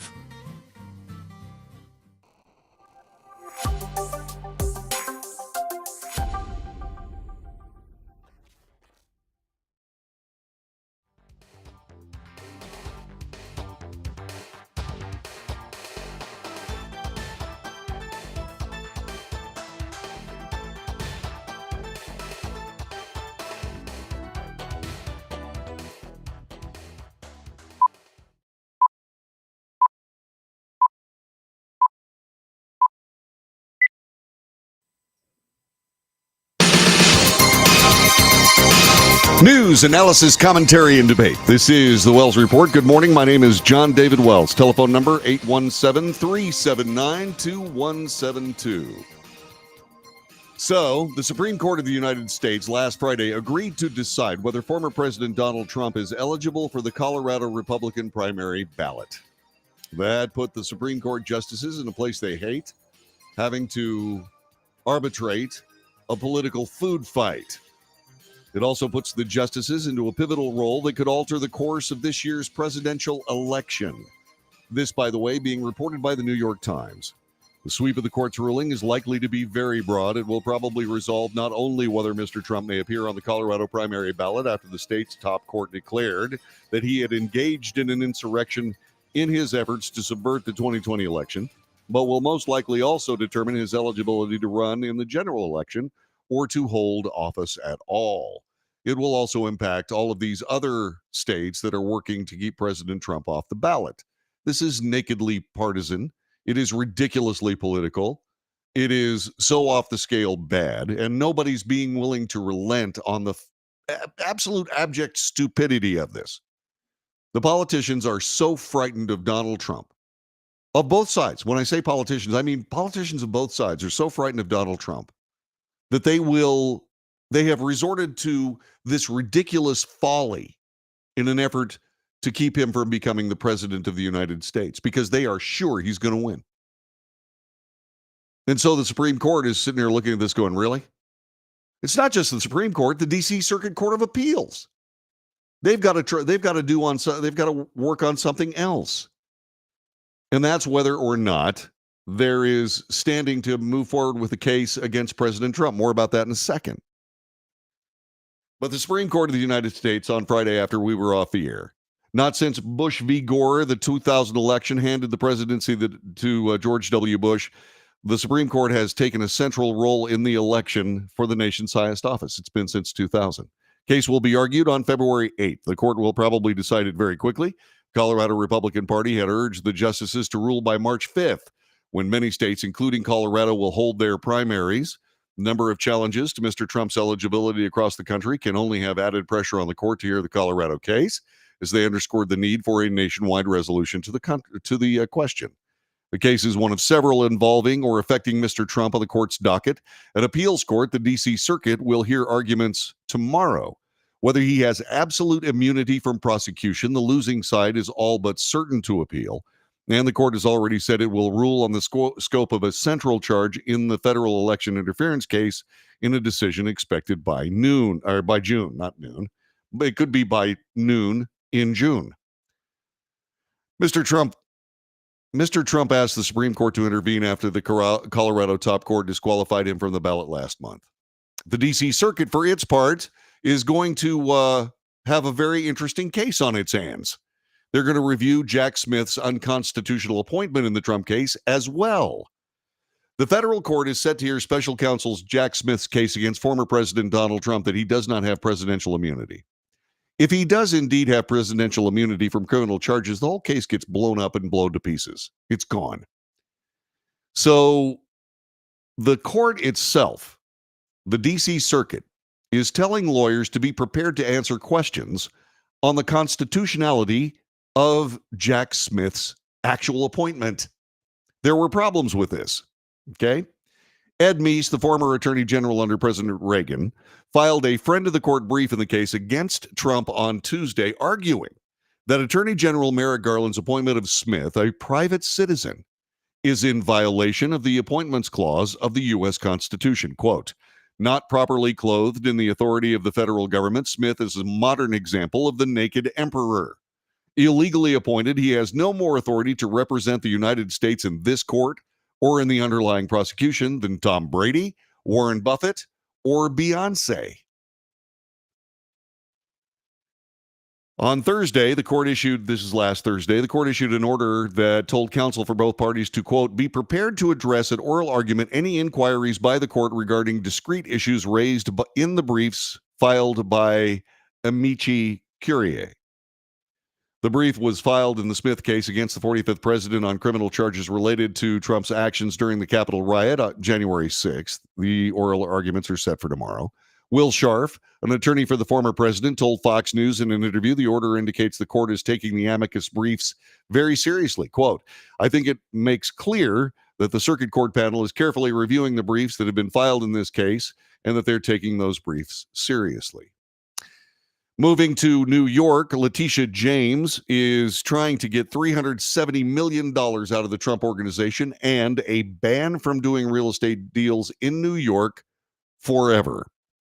Ms. James has, and by the way, there was an immediate response, in case you're wondering, by Alina Habba, who is the lawyer representing former President Donald Trump in this case. She says Ms. James has always been a bit of a fame-hungry human being. As a matter of fact, she was on Sunday Morning Futures with Maria Bartiromo, and she spoke about this, not just about Letitia James, but also she spoke about Jack Smith and the mess going before the D.C. Circuit Court of Appeals. Here's that report. As he is in contempt, he has clearly ignored the court's stay of that decision. The decision is completely disregarded. Just like anything, these radical lefts are really pushing their own agenda. What happened was there was a stay in the proceeding. That means that all actions, all activities on that case must stop until the issue of presidential immunity is addressed. That means that the president would have immunity during the time as he was sitting president, the same immunity Biden and Obama and everybody else gets. He should be afforded that immunity. That decision needs to be made before there can be any activity on this case. Jack Smith has completely disregarded the Washington court's decision to stay pending the immunity decision and has continuously filed motions to inundate our team and disregard the law. It is a clear contempt case. I know that if I was sitting as the counsel doing that and filing motions, I would be in contempt very quickly. I would be sanctioned. So let's see how they hold the cards on this one. But to me, it's a clear-cut contempt motion. And of course, Jack Smith is responding to this, saying that they did not violate a court order by providing discovery ahead of deadlines and that Trump's quote unquote recycled allegations of partisanship and prosecutorial misconduct remain baseless. Where is this going? These issues are headed right into politics as we are now just 8 days away from the Iowa caucuses.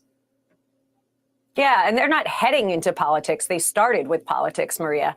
This is all rooted in politics. The fact that you look at the lawfare that we're going through, and if you look at the timeline of these cases, these activities happened while he was sitting as president, most of them. So they waited, investigated for years and years and years. And then they say we are in a rush to get to trial. Why are we in a rush to get to trial, Jack Smith? Because you can't win the election. So this is how they have to do it. It's called election interference. It's political lawfare. It is 100% political. And what they're doing is doing it at critical times. I have a trial coming up. I have closing arguments this week, all while Iowa is going on so that the president is taken off the campaign trail and into the courtroom. Well, it's so obvious and pathetic. Yeah, I mean, right. When you're in a trial, you've got to be there. So he can't be on the campaign trail. It's a very important point that you make. What about Letitia James and her stepped up activity? How are you handling that? So Miss James has, in my mind, always been a bit of a fame-hungry human being that has put her politics again in front of the interests of the New York state, like she should be. She decided after a trial where we had experts say that statements were undervalued, where we had experts who were on the Nobel Executive Committee reference team tell the judge that he did nothing wrong, that his statements actually gave too much information, and there were no victims, and Deutsche Bank said, hey, we loved working with Trump. He actually paid his loans off early in many instances, if not on time. We all made money, and he overinvested in the properties, the assets related to the mortgages, and he was a great client. After that, she thinks it's time to up the ante on how much he should pay. She wants to completely wipe clean the bank account of the Trump Organization. She wants to hurt individuals who have done nothing wrong. She wants to disgorge them of their severance pay. Imagine the lengths she is going to personally hurt Trump because she ran a campaign on going after Trump and she has to keep her political promise. It is so sick and sad, honestly, for New York. I love the state of New York. I should say I loved the state of New York, but I have real concerns for any business that is doing business right now in the state of New York under Letitia James.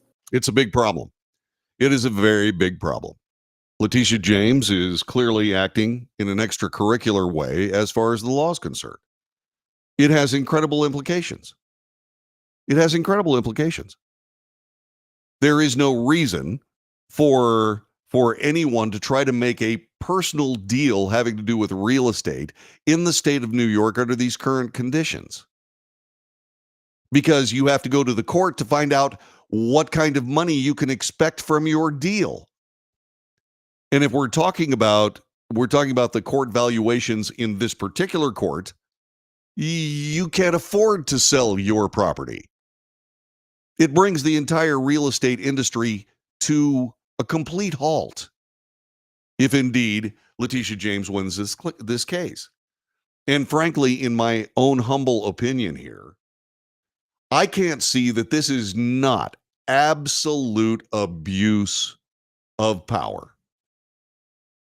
I just can't. I can't see anything.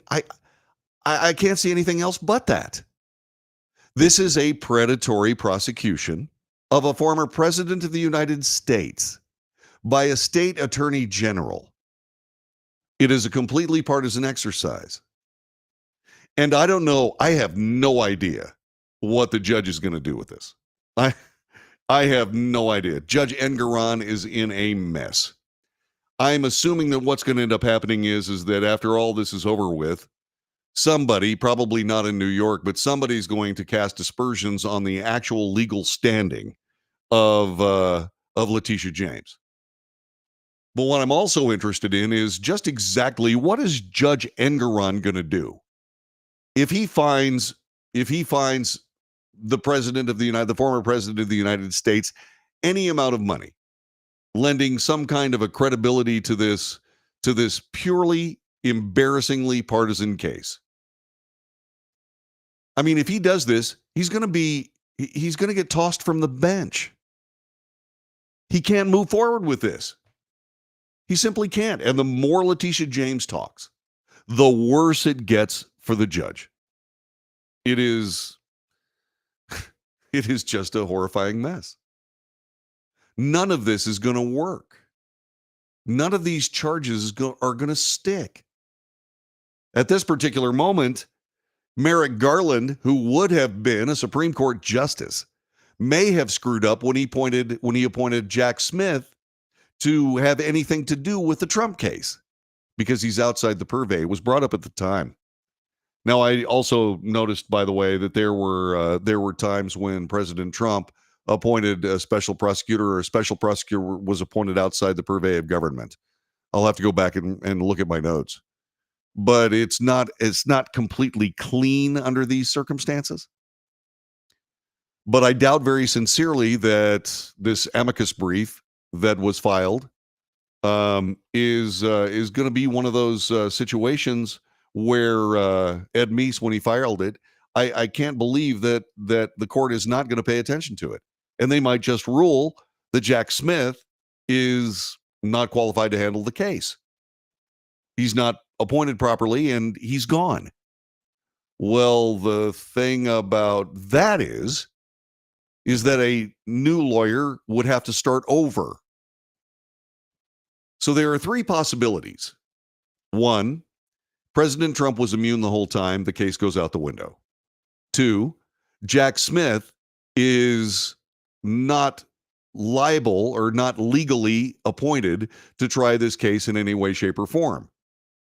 That means that if the D.C. Circuit Court of Appeals finds for that particular decision, the case is gone. And then, of course, there's the third one. The D.C. Circuit Court of Appeals can find that Jack Smith is going to be perfectly fine, and then the Supreme Court will have to decide.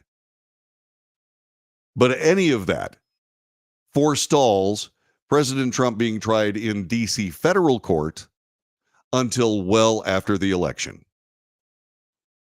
I don't see this going anywhere. I don't see the Georgia case going anywhere as we keep finding out more and more details about the Georgia election. I believe that people are going to rue the day when they abused their power. They abused the judicial branch of government. They abused the sensibilities and knowledge of the people of the United States by virtue of the fact that the mainstream media has absolutely gone down this rabbit hole and trying to take the entire nation with it. Yeah, people say that 2024 is going to be a big year. I think they're right. It's going to be an incredible year. Hopefully it'll all turn out right. Now, when I say that, am I saying I hope it all turns out on behalf of President Trump? No. I want all this to turn out right for the people of the United States, our Constitution, our Bill of Rights, the rule of law instead of the rule of politics. It's time for us to return to being America instead of whatever this political, grotesque mess that we currently live in is. Back with more in just a moment.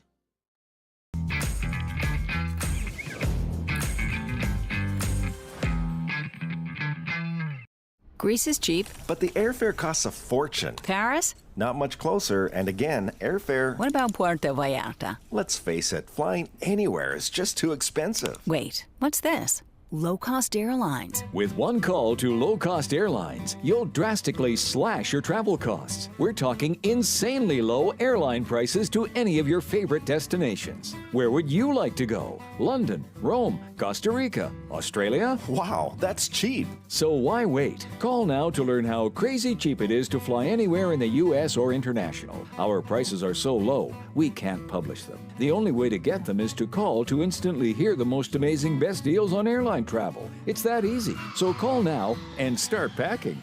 Call 877-512-3895. That's 877-512-3895. 877-512-3895.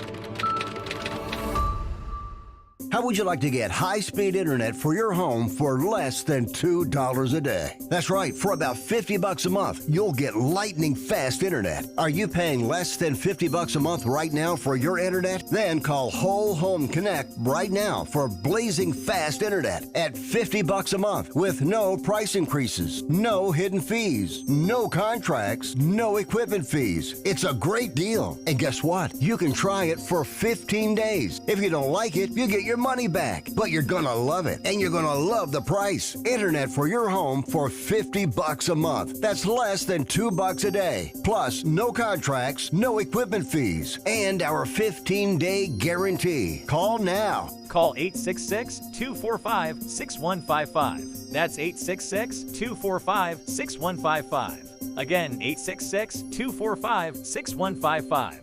866-245-6155.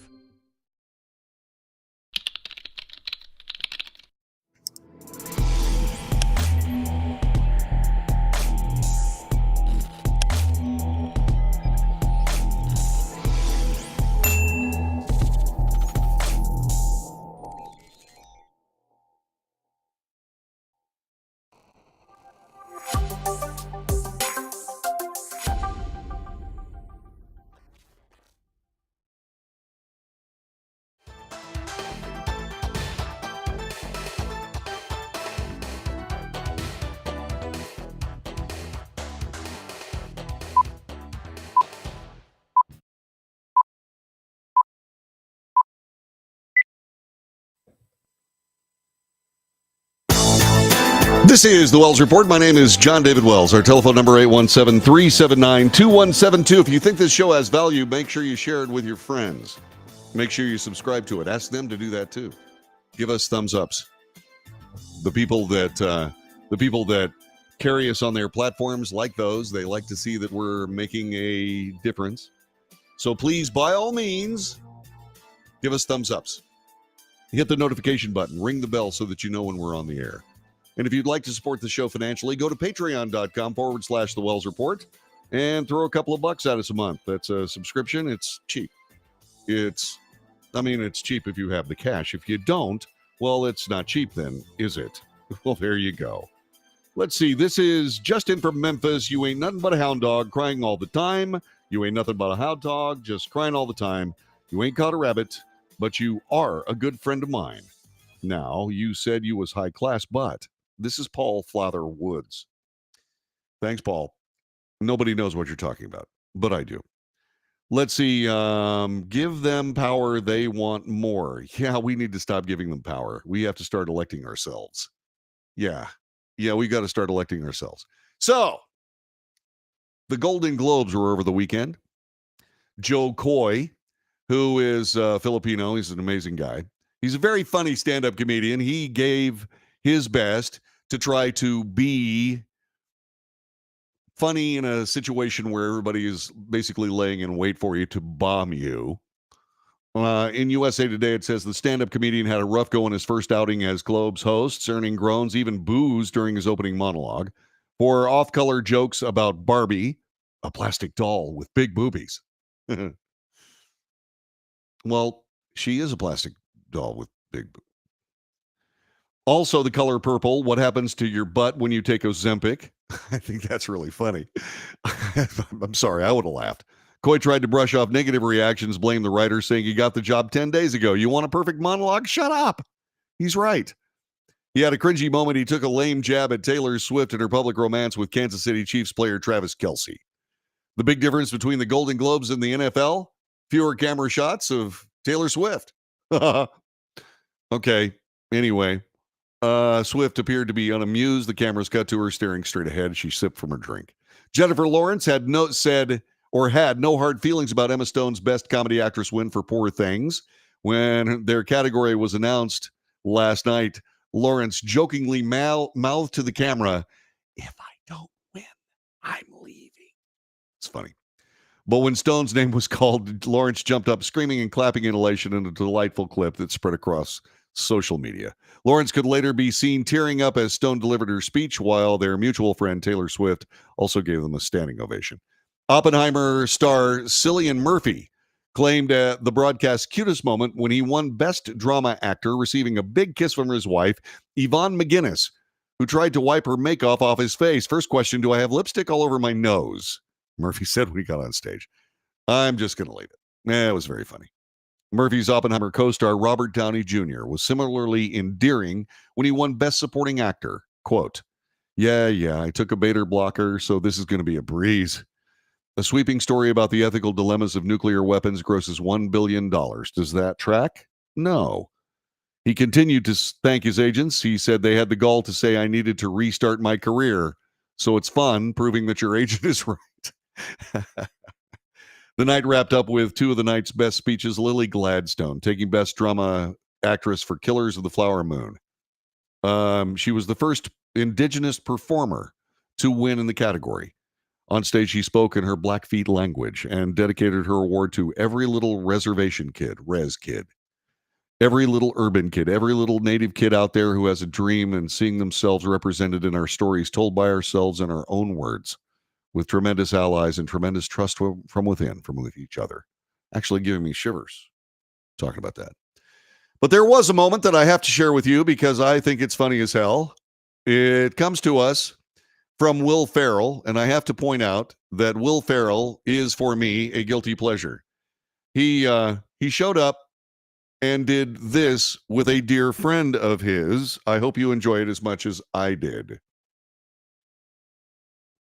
Tonight we applaud the outstanding nominees. Legends like Nicolas Cage, Matt Damon.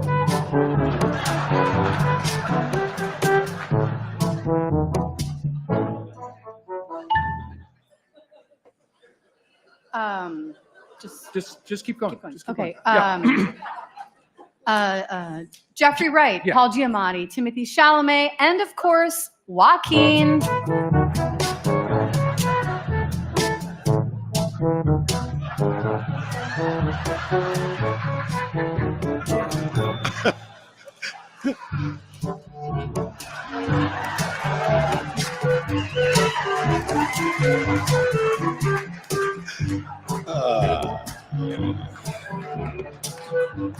That's Kristen Wiig. She's so funny. What is going on? Okay, well, let's Let's just be honest with everyone. Go. All right. Guys, this song does something to us, as you can see. It always has. For decades. And whoever is putting on this show tonight knows it. They wanted us to come out here, make a bunch of jokes, and we said no. We said no. We want to be serious tonight. Why? Because it's a serious night. And they knew just what to do to get what they wanted. Play our favorite song. We look ridiculous. Like a couple of J-holes. I am embarrassed. The Golden Globes have not changed. Guilty pleasure or not, I think Will Ferrell is funny as hell. And Kirsten, Wig is just superb. And they've done this before. This has been the Wells Report. I hope you enjoyed it. See you tomorrow for another edition of this very broadcast. Until then, take care. Well, alrighty then. That was a good one. Let's see. Kelsey hasn't played decent ball since Swift came along. Yeah, that kind of happens. I don't know what happens. Happened to Aaron Rodgers when what's-her-face, the Indy driver. I have trouble with people's names. I keep screwing this up. I should probably not do this, but I'll figure it out. Anyway, God bless all y'all. Take good care. Thanks very much for being a part of the broadcast, and I'll see you again tomorrow, 9 a.m. Central Time on most of this same computer screen that you're currently watching. All right? Thanks, Yvonne. Kiss back to you. And I'll see you guys later. Take care, and bye-bye now. Be safe.